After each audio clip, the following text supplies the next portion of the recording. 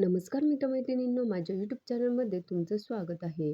तुमच्या मुलांच्या आयुष्यातील अडचणी, अभ्यासातील समस्या, वाईट संगत किंवा मानसिक ताण हे सगळं पाहून तुमचं मन अस्वस्थ होतं का? कारण आजच्या धावपळीच्या जीवनात प्रत्येक आई-वडिलांची एकच इच्छा असते, आपल्या लेकरांचं आयुष्य सुखी व्हावं, त्यांना यश मिळावं, त्यांच्या वाटेवर येणारी संकटं दूर व्हावीत. अशा वेळी एकच आधार उरतो, श्रद्धा आणि स्वामींची कृपा. म्हणतात ना, जिथे भक्ती तिथे शक्ती आणि जिथे स्वामी तिथे काहीच अशक्य नाही. म्हणूनच श्री स्वामी समर्थांच्या प्रकट दिवसावर आई-वडिलांनी आपल्या मुलांसाठी एक छोटीशी पण प्रभावी सेवा नक्की करा. यामुळे स्वामींचे आशीर्वाद तुमच्या आयुष्यात एक नवी दिशा घेऊन येतील. 20 मार्च रोजी आहे श्री स्वामी समर्थ यांचा प्रकट दिवस.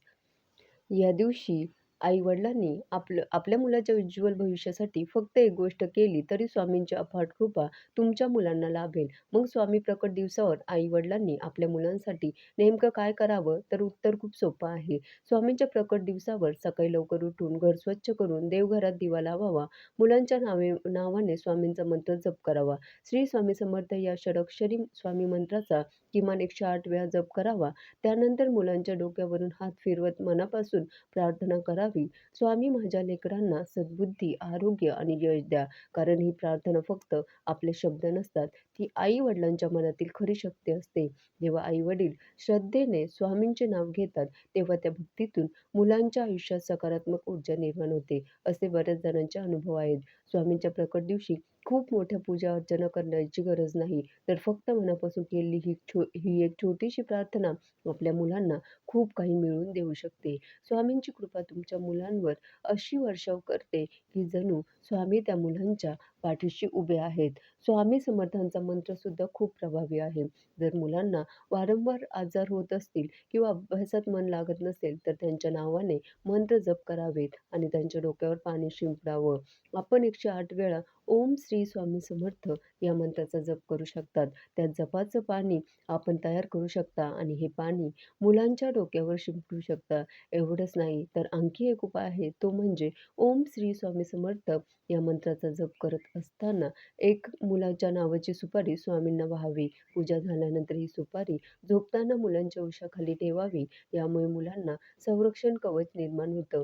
स्वामी नामस्मरण सगळ्यात मोठं कवच आहे. आईच्या मुखातून घेतलेले नामस्मरण हे मुलांसाठी वाईट शक्तींपासून संरक्षण करतं, असे सांगितलं जातं. एवढंच काय, तर आपण श्री स्वामी समर्थांच्या प्रकट दिवसावर सकाळी आणि संध्याकाळी किमान 21 वेळा श्री स्वामी समर्थ या मंत्राचा जप करावा. मुलांनाही नामस्मरण शिकवावं.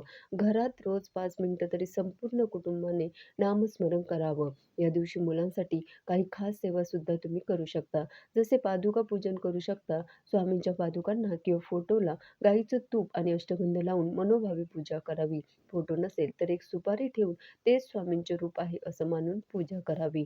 याचबरोबर ओम श्री स्वामी समर्थ या मंत्राचा 108 वेळा जप करावा आणि ते पाणी मुलांच्या डोक्यावर शिंपडावं. हे मुलांच्या आरोग्यासाठी आणि एकाग्रतेसाठी कवच ठरतं. त्याचबरोबर स्वामी चरित्र सारामृत किंवा दासबोध वाचावं. मुलांसमोर मोठ्याने याचं वाचन केल्यास घरात सकारात्मक ऊर्जा निर्माण होते आणि मुलांनाही आवड निर्माण होते.